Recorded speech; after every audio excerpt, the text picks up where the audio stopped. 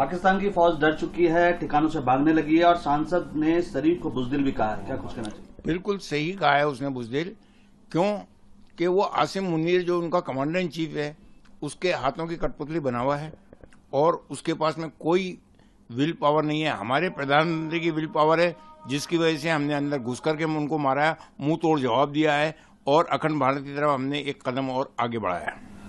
भारतीय सूचना प्रसारण मंत्रालय ने गानों पर और जिस तरह के पॉडकास्ट जारी होते हैं उन पर भी रोक लगा दी है पाकिस्तान के। ये बहुत पहले हो जाना चाहिए था, अब लगाई है, बहुत अच्छा किया है, इसके लिए हम बधाई देते हैं हमारे मंत्रालय को। देखिए, भारत ने पहलगाम का जो बदला लेने की कोशिश की और लिया और हमारी उन बहू बेटियों को इनके मांग का सिंदूर उजाड़ा गया था, उसी को आधार बना करके हमलावर हुए और जो आतंकी थे उनको अपने अंजाम तक पहुंचाया। दोनों मुल्कों के अंदर फर्क ये है कि वो एक इस्लामी मुल्क होने के बावजूद नाहक बेकसूर लोगों के ऊपर जो है हमला कर रहा है, उन बेकसूर लोगों की जानें ले रहा है और हम एक जिम्मेदार कंट्री होने के नाते हमने सिर्फ हमला किया तो उन आतंकवादियों पे किया जिन्होंने हमारी बहू बहनों का जो है सिंदूर को उजाड़ा। भारतीय सेना मुंह तोड़ जवाब दे रही है, लाहौर कराची तक हमला किया है, आपका क्या कहना है? देखिए, जहां तक अखंड भारत का सवाल है तो 14 अगस्त 1947 को भारत का जो विभाजन हुआ था वो गलत है। इसके ऊपर कई किताबें लिखी जा चुकी हैं, कई लोगों के, जिम्मेदार लोगों के जो हैं नेताओं के बयान भी आ चुके हैं। हमारे देश का अब ये फर्ज बनता है कि वो अखंड भारत की ओर आगे बढ़ें और लाहौर, इस्लामाबाद, कराची उनके ऊपर कब्जा करके पाकिस्तान के 5 टुकड़े कम से कम होने चाहिए, वो करें। पूरी दुनिया भारत के साथ आतंकवाद के खिलाफ खड़ी है, आपका क्या कहना है? देखिए, भारत के साथ इसलिए खड़ी है कि हमारे देश का नेतृत्व जो है ऐसे विदेश मंत्री के हाथ में है कि जिन्होंने अदर कंट्रीज के विदेश मंत्रियों से, प्रेसिडेंटों से राब्ता कायम करके वस्तुस्थिति से उनको अवगत कराया और इसके साथ साथ हमारे जो एनएसए के जो चीफ हैं श्री अजीत डोभाल साहब, उनका नेतृत्व जो है वो भी इसके अंदर काम आ रहा है।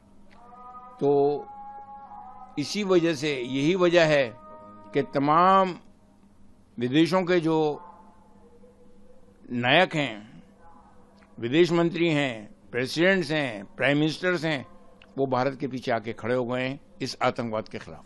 क्या भारत को अब आतंकवाद के खिलाफ निर्णायक जंग लड़नी चाहिए? बिल्कुल लड़नी चाहिए निर्णायक जंग, और उनको अंदर घुस के मारना चाहिए ताकि इस आतंकवाद का जड़ से सफाया हो सके।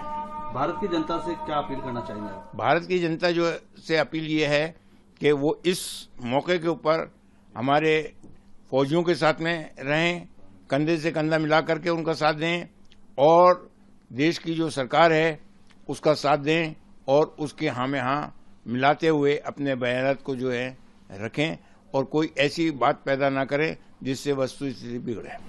भारत ने 4 बार पाक को रौंदा है, टुकड़े भी किए हैं, फिर भी नहीं सुधर रहा पाकिस्तान। अब अगर 5 टुकड़े हो जाते हैं तो वो अपने आप सुधर जाएगा। उसकी फौजियों को भी अकल आ जाएगी कि हमने हराम का कितना खाया है और हलाल का कितना खाएंगे। 2 महिला कमांडर व्योमिका सिंह और कर्नल सूफिया कुरैशी, कमान उनके हाथों में है। ये नारी शक्ति का जो है एक उदाहरण है देशवासियों के सामने कि उन्होंने विदेश में जाकर अंदर घुस करके उनको मारा है तमाम आतंकवादियों को, और उन माँ बहनों के सिंदूर जिनका उजाड़ा था उनको सच्ची श्रद्धांजलि अर्पित की है उन आतंकवादियों को मार करके। पाकिस्तान द्वारा दागी गई हर मिसाइल को बेअसर किया है भारत ने, आगे भी वो बेअसर करता रहेगा। उनके पास है क्या? हमारा डिफेंस सिस्टम जो है वो इतना मजबूत है कि वो भारत के किसी भी इलाके से भारत के ऊपर हमला करने की कोशिश करे वो कामयाब नहीं हो सकता, और इसकी मिसाल अभी आपको सामने दिखा दी गई है। भारत के ऑपरेशन सिंदूर के बाद पाकिस्तान ने अंतर्राष्ट्रीय भागीदारों से अब ऋण मांगना शुरू कर दिया। आर्थिक स्थिति खराब हो चुकी है पाकिस्तान की। भाई, जिस तरह से दरगाहों के ऊपर जाकर के लोग भीख मांगते हैं, इस तरह से वो अगर भीख मांग रहा है कटोरा लेकर के, तो ये किसकी बदनामी है? उसकी खुद की वो बदनामी कर रहा है। As a prime minister, commander in chief खुद अपनी बदनामी करवा रहा है अपने प्राइम मिनिस्टर के द्वारा। 50 ड्रोन, डिफेंस सिस्टम और 8 मिसाइलें और लड़ाकू विमान भारत ने गिरा दिए पाकिस्तान। ये तो बहुत कम है।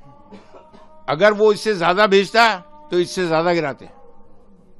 हमारे भारत की फौजें इस काबिल हैं, इस लायक हैं, हमारा डिफेंस सिस्टम इस काबिल है कि वो उनको बॉर्डर पे ही रोक सकता है। पाकिस्तान की फौज अब डर चुकी है, ठिकानों से भागने लगी और जो वहां के पाकिस्तान के सांसद हैं उन्होंने शरीफ को बुजदिल भी कह दिया है। बिल्कुल सही कहा है, बिल्कुल सही कहा है कि उसके पास में क्या है नॉलेज मिलिट्री की? कुछ नहीं है। वो सिर्फ एक कठपुतली की तरह से प्राइम मिनिस्टर के हैसियत से बैठा हुआ है